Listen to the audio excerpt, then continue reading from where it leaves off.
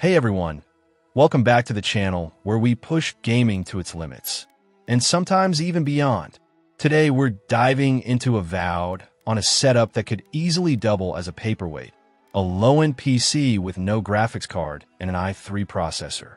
After 82% of you voted for a gameplay test, you're the boss after all, I braved the challenge to see if this game can cook up something special on such a modest machine. Spoiler alert.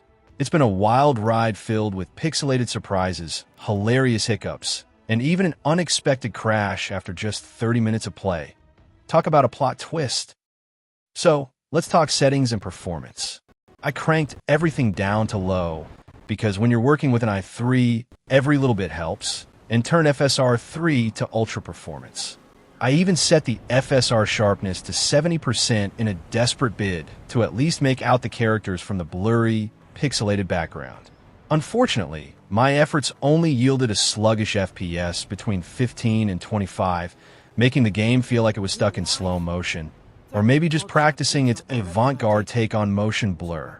To add insult to injury, the game doesn't offer the option to lower the resolution to 720 while keeping it full screen.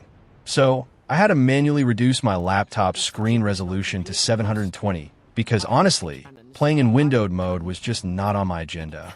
And if that wasn't enough, the game decided to crash after 30 minutes of play, leaving me staring at a frozen screen like I'd just witnessed a digital meltdown. Imagine trying to watch your favorite movie on a tiny, shattered phone screen.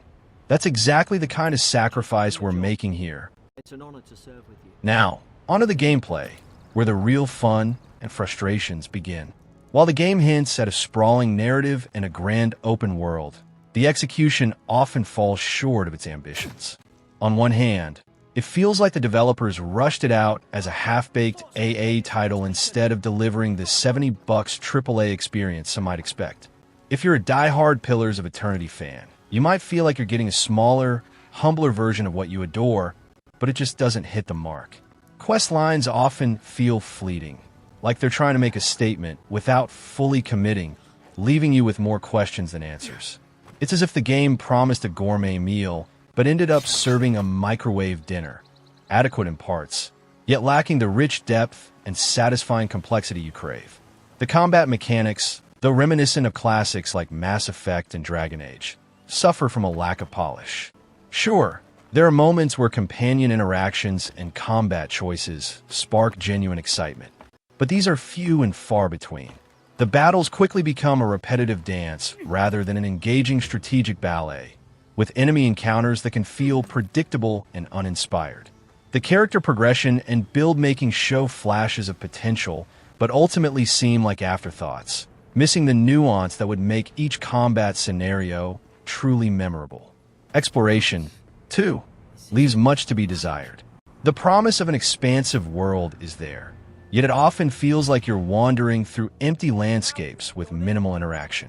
Hidden treasures and dynamic encounters are few, and the world itself seems to lack the vibrancy and life one would expect. It's as though the developers sketched out a grand vision, but didn't quite fill in all the details, leaving you with an open world that hints at greatness, but ultimately feels undercooked. However, let's not forget the positives. Don't enter expecting a Skyrim-sized wonderland. Instead, think of it as a fantasy spin on the Outer Worlds, with multiple open zones that you progress through as you unravel the story. The companion interactivity and combat bring back nostalgic vibes reminiscent of Mass Effect and Dragon Age, offering memorable quests, impactful decisions, and an enjoyable first-person combat system paired with creative build-making. All in all, while the game isn't a complete train wreck, it's clear that it's still a work in progress and in need of some serious polish. Personally, I see potential here, but I'd advise waiting for a deep discount if you're a loyal Pillars fan or considering other RPG titans like Divinity Original Sin, Baldur's Gate 3, or even Dragon Age if you want a truly immersive experience. That wraps up our review of Avowed on a low-end rig, crashes, lag, and all. If you enjoyed this quirky journey through blurry visuals, laggy gameplay, and an unexpected 30-minute crash, smash that like button, subscribe for more honest, and sometimes hilarious, gaming reviews, and drop a comment below on what game I should tackle next, preferably one that doesn't make my laptop cry in slow motion. Thanks for watching, and I'll catch you in the next video. Until then, keep gaming and keep laughing.